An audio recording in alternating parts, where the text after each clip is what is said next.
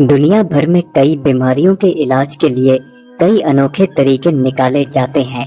आज हम बात करेंगे एक ऐसे इलाज के बारे में जिसके बारे में सुनकर आपकी सांसें थम जाएंगी।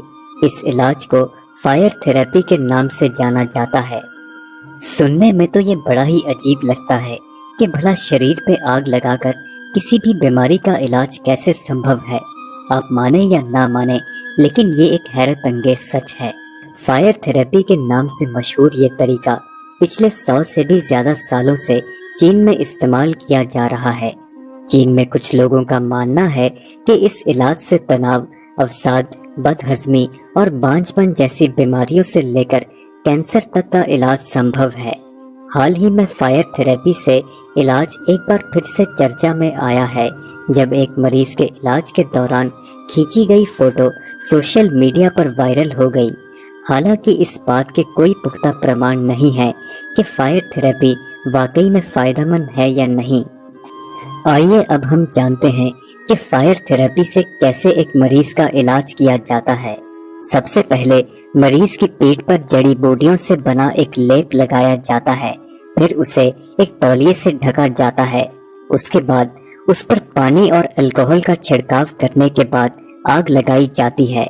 47 वर्षीय एक मरीज को हाल ही में ब्रेन हेमरेज हुआ था, जिसके बाद उनकी याददाश्त और शारीरिक गतिविधि काफी हद तक प्रभावित हुई, लेकिन इस इलाज के बाद उनकी हालत में काफी सुधार आया। उनका कहना है कि इलाज के दौरान उन्हें बस थोड़ी सी गर्मी महसूस हुई, लेकिन दर्द बिल्कुल भी नहीं हुआ।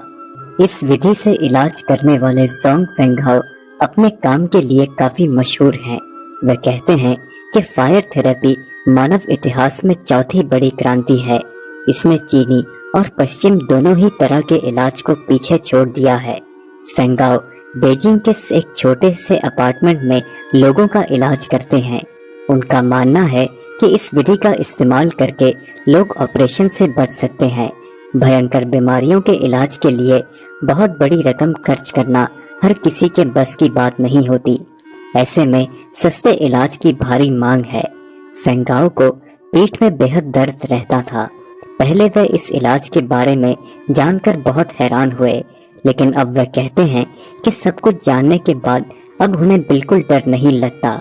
इलाज का ये तरीका चीन की प्राचीन मान्यताओं पर आधारित है, जिसके अनुसार शरीर के गर्मी और ठंडक के बीच बैलेंस बनाने पर जोर दिया जाता है।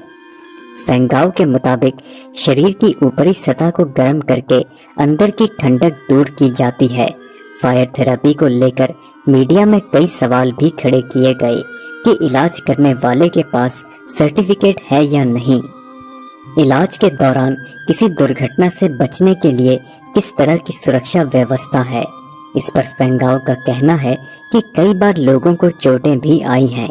कई बार मरीज के चेहरे और शरीर के दूसरे हिस्सों पर भी जलन हुई है, लेकिन ये हादसे सही जानकारी के कमी के कारण हुए हैं।